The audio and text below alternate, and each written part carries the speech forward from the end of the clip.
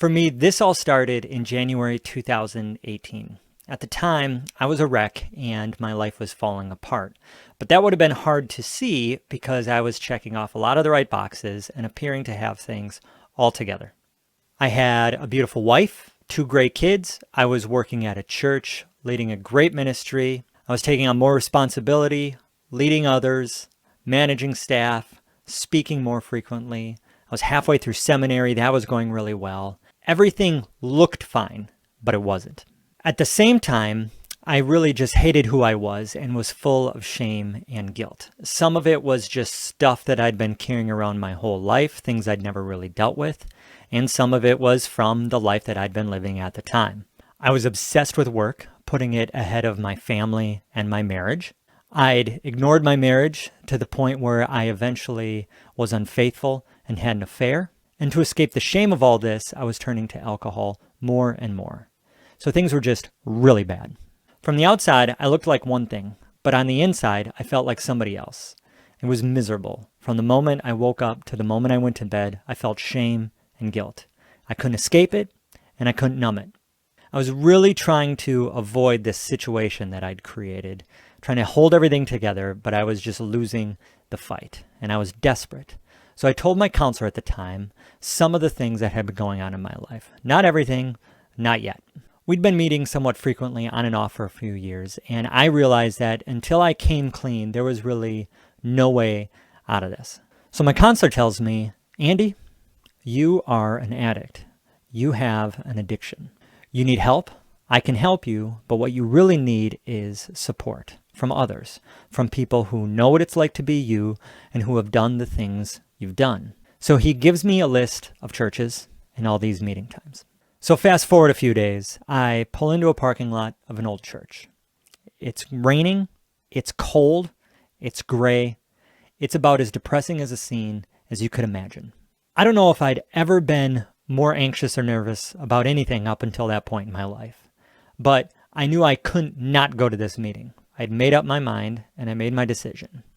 So here's basically what happens. You walk in the back door, down some stairs and into a room where some people are gathered and you think this might be the right place. You're greeted by a few people who may or may not be the people you're looking for because you don't really know what the people you're looking for look like. You're greeted with some hellos. Welcome. I'm so-and-so. Are you here for the meeting? Is this your first meeting? Things like that. You say things, but you honestly don't remember because you're just freaking out. So the meeting starts, and you sit down around this big table made from other tables pushed together, and everyone's sitting in chairs from different decades made of different materials, and someone starts reading. They read, you listen. It's oddly formal and really to the point. This is why we're here. We have a common problem. This is why we're here. We have a common solution. The only thing going through your mind is that you have a big problem and you are desperate for a solution and someone just told you to come here. People start introducing themselves one by one, not saying much, but also saying a lot. I'm so-and-so, I'm a recovering addict. I've been sober X days, months, years. I have a sponsor, I'm working on step, whatever. Then it's your turn to introduce yourself. I'm Andy, I'm an addict. This is my first meeting. I think that's it. This was my introduction to 12-step groups. And I didn't know when I walked into that meeting, but this was a huge turning point for me. And it all started in that church basement. Church basements are pretty unique. Meetings similar to the one I went to have been going on for over 90 years. People meet in church basements, rec rooms, meeting rooms, conference rooms, and since 2020, even on Zoom. For me, for whatever reason, it's the basement of an old church that's always left me feeling like I was someplace unique and special. I entered that basement afraid, alone, full of shame and despair, and feeling hopeless about where my life was headed. And I left feeling more known, less alone, and hopeful and even glad that I'd gone. So what was it that made this place unique, special, and so impactful? Well, it wasn't the actual basement. If you're used to going to a more modern church like I was, an old church basement is really not that fancy. There's literally nothing special about the physical basement. It's bland, it's an afterthought. It's the complete opposite of what it's like to be in an auditorium or a sanctuary of a typical church.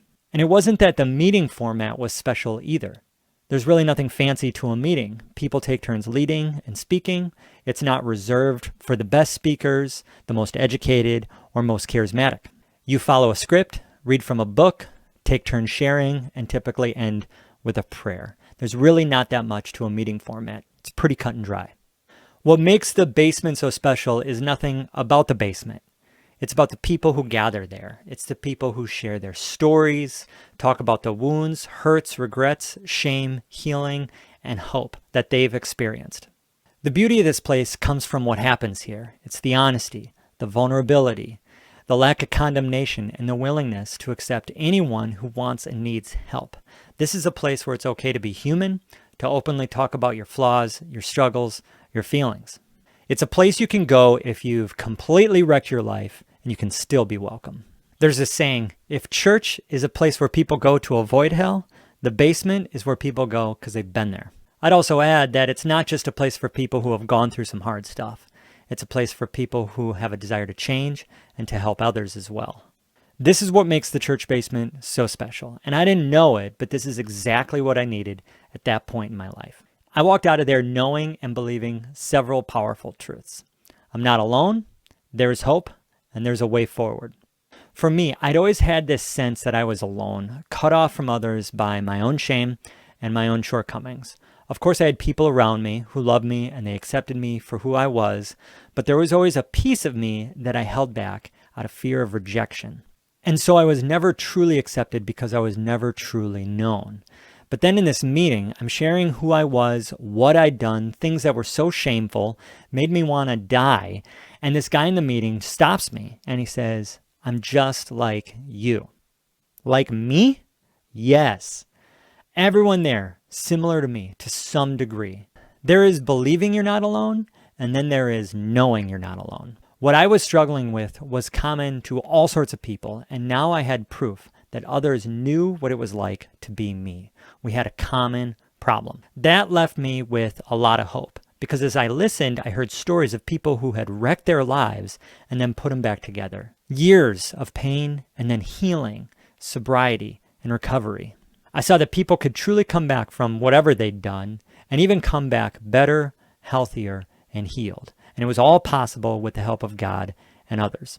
There's believing something might be possible and then seeing that it actually is. And that gave me a lot of hope. But there was work to be done. There were steps to take. Things weren't going to change just because I believed they could. I had to believe and then I had to act on that belief. Recovery and 12-step programs provide a way forward because they focus on action. We trust God through our actions. We learn how to be faithful. We do the good, the right, the healthy thing to heal, to recover, to right our wrongs, and to serve others. When you're at the bottom, you don't know what to do. And after that meeting, I still didn't know exactly what to do, but I knew that others had taken steps to heal, to get better, and to trust, and that there was a way forward for me to experience the same things. Sometimes we get stuck thinking that belief and faith are passive things, like believing Jesus died and rose is just something we accept and believe. What I've experienced in recovery has reminded me that change, healing, and growth, all of it require trust and reliance. What I've experienced in recovery reminds me that change, healing, and growth, all of it requires trust and reliance. Yes, we believe in Jesus, but there's an implication to that truth. We take steps based on what we believe to be true, and those steps help us trust God. And I'm not just talking about the 12 steps. I'm talking about the things we do each day, deciding and doing what we must to live faithfully. It's scary, it's hard, it's exhausting, but it's a path forward. And it's exactly what many of us are looking for. And it's exactly what I needed. I've met a lot of people who feel like they've blown it, that there's no coming back. They've fallen too far. They've messed up too bad. It's too late for them as a dad. Their marriage is over. They're beyond redemption, and there's no hope, and there's no options left. That was me.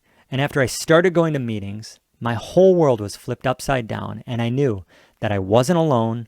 There was hope, and there was a way forward. Now, I'd believed and known these truths before this meeting, but then I experienced them in a way that was very real, and it showed me how true they actually were. I'd experienced grace and acceptance and hope in a new and a very tangible way, and I have ever since. Which brings us to right now, I guess. in creating this channel. What is the church basement? Well, I'm not trying to recreate 12-step groups and what happens in those meetings. This is not some online church or something. I do hope community develops from this eventually, but this isn't a substitute for anything. Rather, it's my attempt to share a message similar to the message I experienced in that church basement. That you're not alone, that there is hope, and there is a way forward, regardless of what you've done or where you're at. It's to share, discuss, and explore the ideas and the topics and the things that pop up in places like the basement. It's to share my own personal experiences as a follower of Jesus who absolutely blew it and found that God's grace is still bigger and better than anything I'd known. God meets people upstairs in the auditorium, and he meets people downstairs in the basement. And it's my hope that through some videos, God meets you wherever you are, and you experience the same grace that I have. I'm Andy. Welcome to the church basement.